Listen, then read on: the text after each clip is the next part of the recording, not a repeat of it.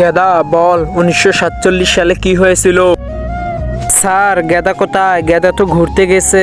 হ্যাঁ স্যার, একে তো মাসে 2 দিন আসে, আবার ফির এসে আড্ডা দিতে গেছে। আসুক আগে, ওকে দেখাবো মজা এবার। রিয়ান স্যার, এই তোমরা পড়ায় মনোযোগ দাও। ঠিক আছে স্যার।